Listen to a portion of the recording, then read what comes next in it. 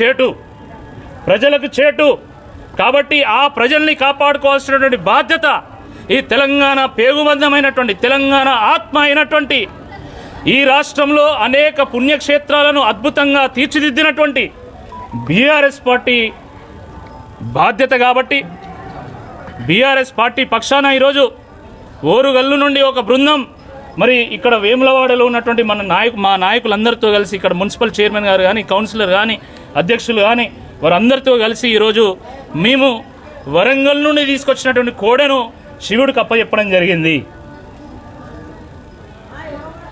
ఈరోజు కొండా సురేఖ గారు ఆమె అమ్మింది రాజన్న కోడెలను కాదు, ఆమె అమ్మింది భక్తుల విశ్వాసాన్ని, ఆమె ఆగం చేసింది మన హిందూ ఆచారాన్ని, నమ్మకాలను. ఆమె ఎన్ని పూజలు చేసినా ఈ పాపం పోదు. ఆమె కొండా సురేఖ కాదు, కాసుల సురేఖ. కాసుల కోసం కోడెలను కబేలాలకు పంపినటువంటి కసాయి సురేఖ. ఆమె పాపం చేసింది కాబట్టి ఆమె తరపున ఆ పరమేశ్వరుని వేడుకోవడానికి మేమందరం కూడా ఈరోజు బృందంగా ఈ వేములవాడ రాజరాజేశ్వర సన్నిధికి రావడం జరిగింది.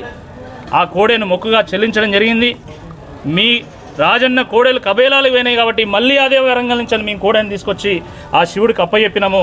శివుడు మూడో కన్ను తెరిస్తే, శివుడు త్రినేత్రుడు కాబట్టి మూడో కన్ను తెరిస్తే ముల్లోకాల్లో ప్రళయాలు వస్తాయి కాబట్టి ఆ ప్రళయం రాకూడదు. ఎందుకంటే ముఖ్యమంత్రి రేవంత్ రెడ్డి గారు దేవుని మీద ఒట్లు వేస్తే ఈరోజు ములుగులో లక్షలాది చెట్లు పడిపోయినాయి. మాట తప్పడం వల్ల ములుగులో భూమి కంపించింది. కాబట్టి మంత్రి గారు కూడా ఈ పాపం చేస్తే అది రాజ్యానికి జరుగుతుంది. కాబట్టి ఆ పాపంని మమ్మందరినీ కూడా క్షమించాలి, ఆ పాపాన్ని పోగొట్టాలి. ఈ ఓరుగల్లు కానీ వేములవాడ కానీ కరీంనగర్ కానీ మొత్తం యావత్ తెలంగాణ రాష్ట్ర ప్రజల్ని ఆ పరమేశ్వరుడు, ఆ నందీశ్వరుడు కాపాడాలని వేడుకోవడానికే ఈరోజు మేమందరం ఇక్కడికి రావడం జరిగింది. కోడని కట్టించినాం, రాజరాజేశ్వరిని యొక్క దర్శనం చేసుకున్నాము.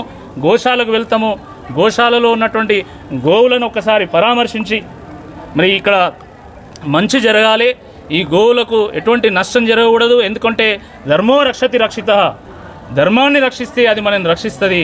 గోవు ధర్మంతో సమానం, గోవు ధర్మానికి ప్రతీక కాబట్టి ఆ గోవుని రక్షిస్తే ధర్మం కాపాడబడుతుంది, రాజ్యం కాపాడబడుతుంది, తెలంగాణ రాష్ట్ర ప్రజలు కాపాడబడతారు. కాబట్టి మేము గోవును రక్షించేటువంటి ప్రయత్నం చేస్తూ ఉన్నాము. ఆ రోజు తెలంగాణ ఉద్యమంలో కేసీఆర్ గారు వేములవాడల ముడుపు కట్టిండు, తెలంగాణ రావాలని కోరుకున్నాడు. ఆ రాజరాజేశ్వరుడి యొక్క ఆశీస్సులతోని కేసీఆర్ గారి నాయకత్వంలో యావత్ తెలంగాణ సమాజం సబ్బండ వర్గాలు ధర్నాలు చేసి, రాస్తారోకోలు చేసి, అనేక పోరాటాలు చేసి ఉద్యమించి తెలంగాణ రాష్ట్రాన్ని సాధించుకున్నాం.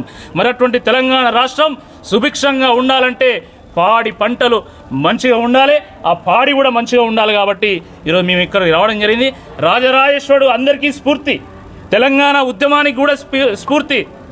గజ్జలు గజ్జలు గజ్జలో రాజన్న అని మనం పాడుకున్నాం. రాతి కొండల్లోన కొలువైన ఓ శివుడా అని చెప్పి ఆ రోజు వైరభక్తితోని శివుడి యొక్క స్ఫూర్తిని అందుకున్నాం. అలాంటి మనము మళ్ళీ ఆ రాజరాజేశ్వరుడి యొక్క వాహనమైనటువంటి నందీశ్వరుని కాపాడుకోవాలని ఒక నిష్ఠతోని, ఒక సంకల్పంతో ఈరోజు మేము అందరం కూడా వచ్చినాము. కాబట్టి మేము ఈ ప్రభుత్వాన్ని ఇప్పటికైనా డిమాండ్ చేస్తున్నాము. ఈ గోవు కబేలాలకు పోవడం, ఈ నందీశ్వరులు కబేలాలకు పోవడం మీద ఒక సిట్టింగ్ జడ్జితోనే విచారణ చేయించాలా. ఈ కబేలాలకు పంపడానికి రికమెండేషన్ చేసినటువంటి మంత్రివర్యులు కొండా సురేఖ గారిని మంత్రివర్గం నుంచి బర్తరఫ్ చేయాలి. దీనికి ఈ పాపానికి ఒడగొట్టినటువంటి ఆ పాపులను కఠినంగా శిక్షించాలి, పీడీ యాక్ట్ కూడా పెట్టాలి. మరి రాజరాజేశ్వరుడు మనందరి ఇలవేల్పు కాబట్టి, మనకు అత్యంత ప్రియమైనటువంటి దేవుడు కాబట్టి, అత్యంత శక్తివంతమైనటువంటి దేవుడు శివుడు కాబట్టి, మరి ఆ శివుడికి అవమానం చేసినందుకు, ఆ నందీశ్వరుడికి అపచారం చేసినందుకు స్వయంగా రాష్ట్ర ముఖ్యమంత్రి గారే రాష్ట్ర ప్రజలకు, ఆ వేములవాడ రాజన్నకు, ఆ నందీశ్వరునికి క్షమాపణ చెప్పాల్సిందే ఈ సందర్భంగా మేము డిమాండ్ చేస్తున్నాము. హిట్ టీవీ యాప్ ని డౌన్లోడ్ చేసుకోండి. ఇందులో short news, live news, entertainment, movies అన్ని అవైలబుల్ గా ఉన్నాయి. Please download Hit TV app. Hit TV app. Hit TV యాప్ని ఫ్రీగా డౌన్లోడ్ చేసుకోండి.